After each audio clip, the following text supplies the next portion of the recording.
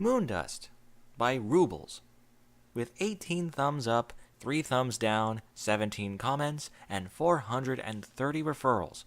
The tags for the story are dark, random.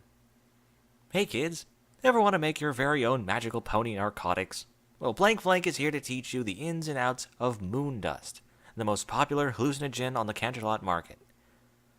The only pony that stars in this story is an original character. Mix, Mix, Swirl, with 1,396 words. Moondust, alicorn powder, murder dirt, call it what you want, but to me, it's just an old friend. From the Canterlot elite to backwater mud ponies, it's on the tip of a fairy pony's nose. Strangely popular with older mares and stallions. I guess it helps them with all their missing mommy issues. It's illegal as sin. Possession alone will give you 5 to 10, but giddies are more likely to hoof it for themselves, should they find a pony with it. Emphasis on the word pony. It's our main crop, the way we fund our little adventures. And producing it alone is probably the most dangerous thing we ever do. It's Shake's job, mostly, since he's the pony with all the brewing know-how, but it's still the responsibility of every cult to know the process and pitch in from time to time. You start with 20 parts hayseed oil, the industrial kind, not the cooking. Yes, there's a difference. Mix that with 1 part hydrovenom to make a solution we call killing juice. Warm it to a low simmer, but don't ever let it bubble. If the solution boils at any point in time, it's ruined and you gotta start over. Now comes the dangerous part. You need one hell of a ventilation system and a backup respirator anyway. Once the killing juice is nice and warm, you have to mix in the crushed stamen of Poison Joke, stirring the whole time.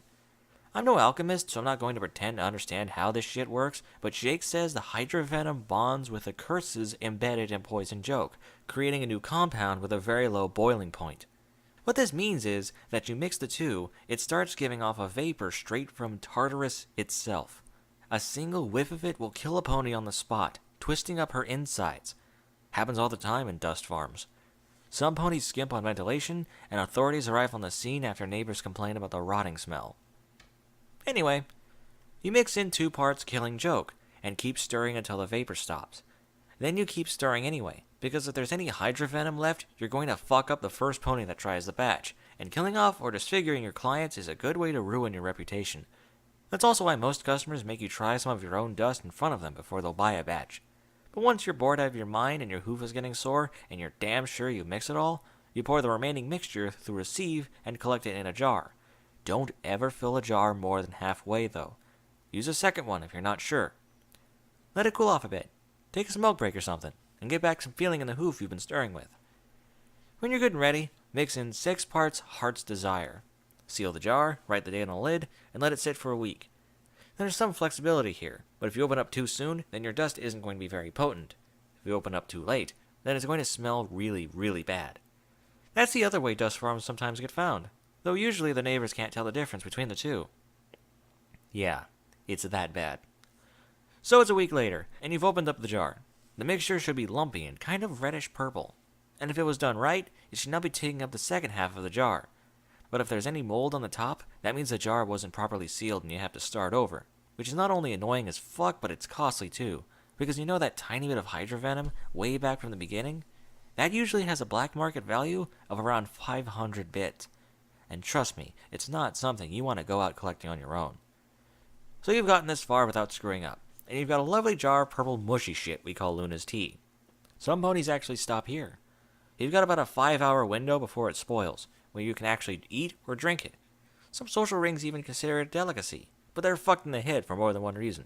Not only does it taste like a mix between vomit and burnt rubber, it has some magical properties that scare the living daylights out of me. So any given sane and rational pony will be inclined to take Luna's tea and put it through the final stage of processing to make Moondust. The first part of the processing involves filtering out the liquid from the mush. That liquid, called Luna's Wrath, is a special kind of substance. No color, no odor, no taste, and perfectly safe to ingest. You'll just piss it out later, completely intact.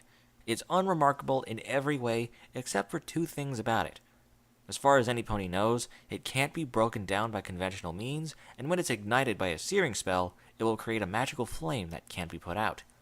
That flame will continue to blaze until it consumes itself. No exceptions. This has led to some interesting cultural practices. It's considered a testament of trust to share Luna's tea among a group of unicorns, because any one of them might be able to ignite the wrath in another and slowly cook the pony inside out. Unsurprisingly, this doesn't always turn out well. Sometimes the giddies will find a hoof full of burning corpses in a warehouse, or alley, wine cellar, even a hotel room.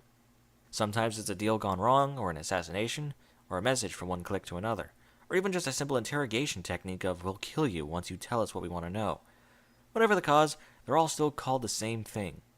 Canterlot tea parties. As I said, completely fucked in the head. Anyway, for processing, you need to filter out the wrath, and that's where things get a little weird. Shake says that ponies have tried a lot of different filtration methods, but there's only one that's both consistent and reliable: cloud filtering. So any given dust operation needs a token cloud pusher. This is also why dusting is so popular among Griffin cliques. They've got all the tools they need to get the job done. Well, I'm no Pegasus, so I can't say I've ever actually done the filtration before. Likewise, I'm sure there's a lot of important technical details I'm lacking in my understanding of the process, but from what I can tell, it's just a matter of pouring Luna's tea over a fucking cloud and collecting the wrath that pours out beneath it. Which, if you ask me, is an infuriating reason to have to keep a flying feathered fuckhead around the base of operations. All due respects to Winnie Skies, of course. So now you have a container of Luna's wrath and a cloud with a lumpy purple shit on top of it. You set the wrath aside for later. It gets sold on the black market to cover some of the costs of the hydra venom, while you try your best not to think about what ponies are going to do with it.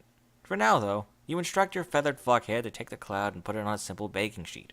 Place the sheet in an oven on its lowest setting and let it bake for a day or two. You'll know it's done when the leftover residue is gray and flaky, when it's at the point where it'll crumble if you nudge it with a hoof. That right there. That labor of the past week of your life. That's moon dust. Grind it up, you should have about 15 grams of dust per gram of hydra venom you started with. Each gram of dust should net you 100 bits on the market, and yield at least 3 fixes when cut right.